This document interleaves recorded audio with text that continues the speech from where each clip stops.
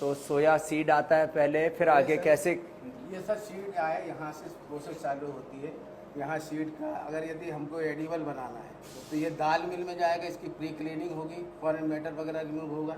यदि non edible DOC बनाना है तो ये डायरेक्ट इधर प्रेपरेटरी सेक्शन में आएगा। यहाँ प्रेपरेटरी सेक्शन में इसकी फिर क्लीनिंग होगी, मिट्टी वगैरह लकड़ी वगैरह निकालेंगे, फिर यहाँ से इसका कुकिंग होगा। कुकिंग के बाद में फ्लेकिंग होती है, ये सोया फ्लेक्स है। अब इस फ्लेक्स का सर यहाँ से फिर ये सॉल्वेंट प्लांट में हो रहा है। ये फ्लेक्स यहाँ पर हेक्सेन से इसका सॉल्वेंट एक्सट्रैक्शन होगा। हेक्सेन से आयल जो है उसका पूरा फ्लेक्स में जो आयल है वो डिजॉल्व हो जाएगा, तो मिशेला बनेगा। मिशेला को डिस्टिलेशन सेक्शन में ले जाएंगे, आयल को अलग कर देंगे और हेक्सेन को अलग कर देंगे।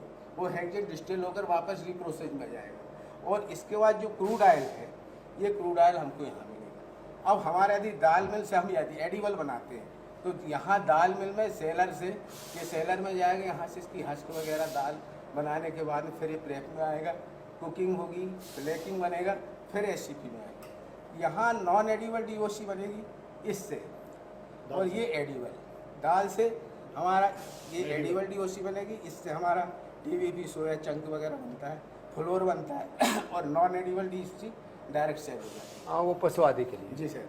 अब यहाँ एससीपी से जो आयल निकला, डीओसी ये निकल गया, इसके बाद में ये आयल, इस आयल के बाद रिफाइनरी प्रोसेस चालू होती है। पहला स्टेज है सर डीगमिंग।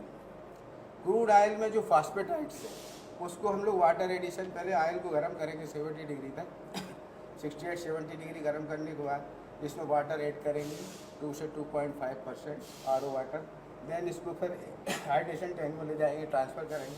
वहाँ ट्रांसफ़र होने के बाद फिर ये सेंट्रीफ्यूग के अंदर ले जाते हैं। जो गम्स है फॉस्फेटाइड, उसको सेंट्रीफ्यूगल फोर्स से सेपरेट कर देते हैं। तो जो गम्स है वो रिमूव होने के बाद हम उसका एक बाइपोटल लेसिथिन बनाते हैं। उसमें जो मॉइस्चर है वो वैक्यूम से एवापोरेट कर देते हैं। 2% ऐड हुआ था, तो क्योंकि तेल में रहेगा तो तेल ही खराब हो जाएगा। हाँ, और जो आयल है सर ये डीगम आयल है। अब इसमें जो नॉन हाइड्रेटेड फॉस्फेटाइड बचा है इसको रिमूव करना है।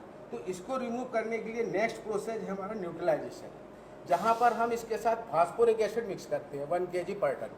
देन फिर से इसके अंदर जो फ्री फैटी एसिड है 1% सपोज, उसको हमको न्यूट्रल करना है 0.1% तक। 0.1% के लिए हमको फ्लो के हिसाब से कितना कास्टिक मिक्स करना है तो उतना हम ऐड करते हैं। ये आयल न्यूट्रल हो जाएगा, 0.1% एफ आएगी। फिर इसका पैरामीटर चेक कर लेते सोप पीपीएम वगैरह। इसके बाद आयल की वॉशिंग होती सर 5% वाटर से। देन सर ये वॉश ड्राई होने के बाद ब्लीचर में आता है। ये ब्लीचर में अभी जो कलर 5% तो पानी डाला, फिर वो कहाँ वो गया? सर सेंट्रीफ्यूग से हम लोग सेपरेट करते हैं। सेंट्रीफ्यूगल फोर्स से उस वाटर सेपरेट करते तो वो पानी हमारा उसमें जाता है सर एसिड आयल प्लांट। वहाँ हम उसको फिर से उसमें जो TFM है उसको रिमूव कर लेते हैं। उसके बाद वो पानी एफ्लुएंट ट्रीटमेंट प्लांट में जाता है। और जो आयल है सर वो फिर ब्लीचर में आता है ड्राई होने के बाद। ब्लीचर में अभी ये जो कलर है सर इसको रिमूव करना है, तो यहाँ हम आयल को फिर गर्म करेंगे 110 डिग्री तक। यहाँ गर्म करने के बाद फिर इसमें ब्लीचिंग अर्थ ऐड करते हैं। ब्लीचिंग अर्थ ऐड होने के बाद जो स्लरी बनती है उसको प्रेशर रिलीफ फिल्टर से हम फिल्टर करते हैं सर, तो हमको ये ब्लीच डायल मिलता है सर। अब ये कलर था भी ये यार। और जो स्पेंट अर्थ है, जो स्लरी जो हमने यूज की ब्लीचिंग अर्थ, वो हमारी एक बाई प्रोडक्ट है, वो भी सेल हो जाती है। और जो सोप स्टाक निकला था उससे सर ये बाई प्रोडक्ट एसिड है। देन सर इसके बाद ब्लीच डायल को हम डिओडाइजेशन में ले जाएंगे। इसमें से स्मूल रिमूव करना है, तो हाई टेम्परेचर 250 टेम्परेचर पर अंडर वैक्यूम 2 टार के अंदर इसको ओपन स्टीम से स्पॉज करके सर दैट इज डिओडाइजेशन। ये 500 टन कैपेसिटी का है। यहाँ इसकी स्मेल रिमूव करते हैं। फिर इसके बाद इसमें सर जो कलर है ये भी रिमूव हो जाता है। यहाँ हमको एक बाई प्रोडक्ट मिलता है फैटी एसिड।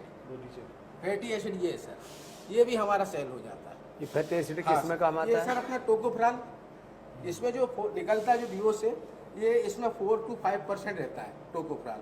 फिर इसको हमारे पास एक प्लांट है डीओ डिस्टिलेशन, वहाँ हम इसका कंसंट्रेशन 8 to 10% करते हैं फर्दर डिस्टिलेशन करके।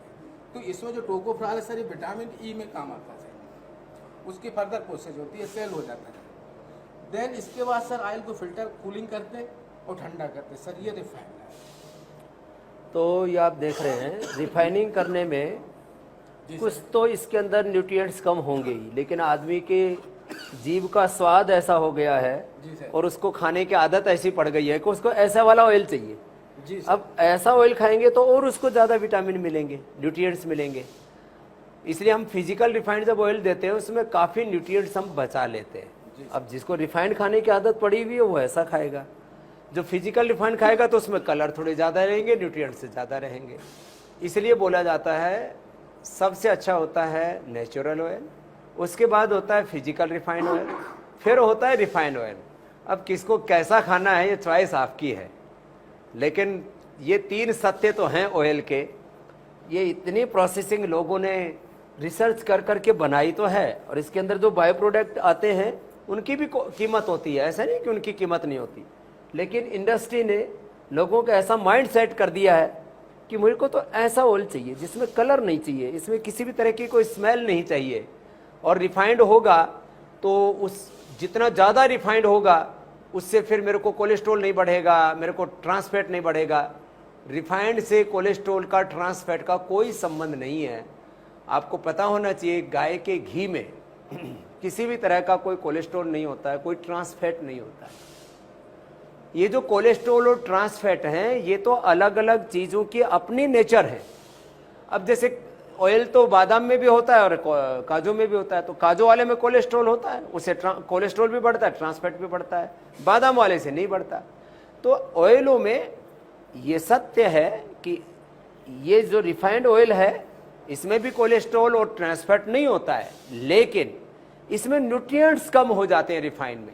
यदि आप फिजिकल रिफाइंड खाते हो, जो नेचुरल ऑयल यूज करते हैं, हम इस देश का स्वभाव धीरे धीरे बदलना पड़ेगा। ये एक दिन में तो नहीं बदलेगा कि आज आपने मेरी बात सुनी और हो सकता है आप बदल जाए, लेकिन इस देश के करीब 130-135 करोड़ लोगों तक अपनी बात पहुंचाना और उनको समझाना इतना आसान नहीं है।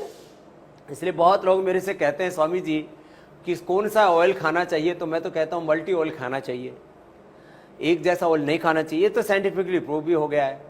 सबसे अच्छा है कि गाय का घी खाना चाहिए।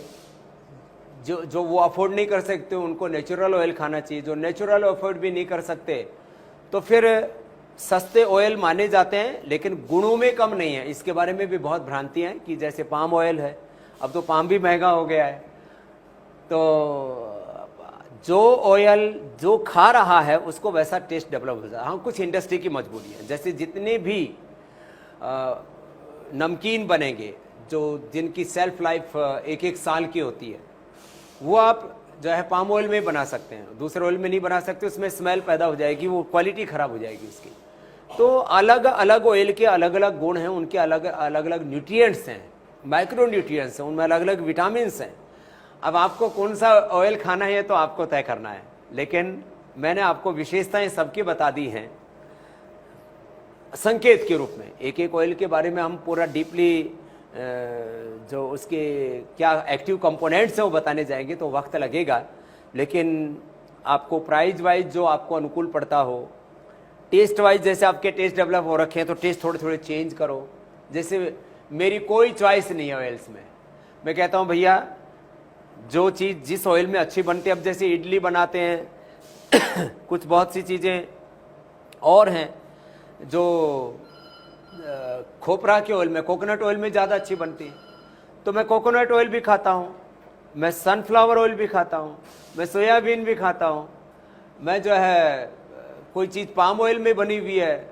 ऐसे तो मैं खाना ही बहुत कम खाता हूँ, मैं तो फलाहारी व्यक्ति हूँ, लेकिन कोई पाम ऑयल में है, कोई मस्टर्ड में है, अलग अलग। कोई सस में तो ये तो डायबिटीज़ के लिए, जिनकी हड्डियाँ कमज़ोर हैं उनके लिए, हार्ट रोगियों के लिए, जिनकी कफ प्रकृति है, जिनकी इम्यून सिस्टम वीक है, उनके लिए औषधि है एक तरह से। लेकिन तिल का तेल लोग बहुत कम खाते हैं, वो खाना चाहिए अलग अलग अपनी प्रकृति के अनुसार, आवश्यकता के अनुसार। और फिर राइस ब्रान ऑयल है, हार्ट के लिए सबसे बेस्ट है, वो खाना चाहिए।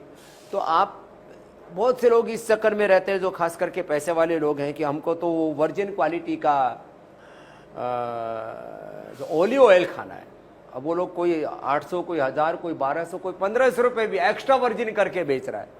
भैया अपने देश के ऑयल भी बहुत अच्छे हैं और अब तो पाम की भी कैपेसिटी, हमारा लक्ष्य है कि आने वाले 5 सालों में हम रुचि सोया को तो आत्मनिर्भर बनाएंगे ही। जैसे कि तेल का फ्लैक्चुएशन जैसे अभी 20-25 रुपये महंगा हो गया पाम, ये ना हो और अपने देश में जो है देश का पैसा देश में रहे और पाम को यहाँ अपने इन्वायरमेंट में बो करके और उसको भी ऑर्गेनिकली जो है उसका पूरा खेती करके इस देश को हम आत्मनिर्भर बनाए। करीब 1.5 से 2 लाख करोड़ रुपए बाहर जा रहा है। ये तो अपने लिए, देश के लिए बहुत ही घातक है, अपनी अर्थव्यवस्था को ध्वस्त करने वाला है। तो अलग अलग ऑयल्स के बारे में मैंने आपको सामान्य संकेत के रूप में बताया, उसका प्रोसेस ऐसे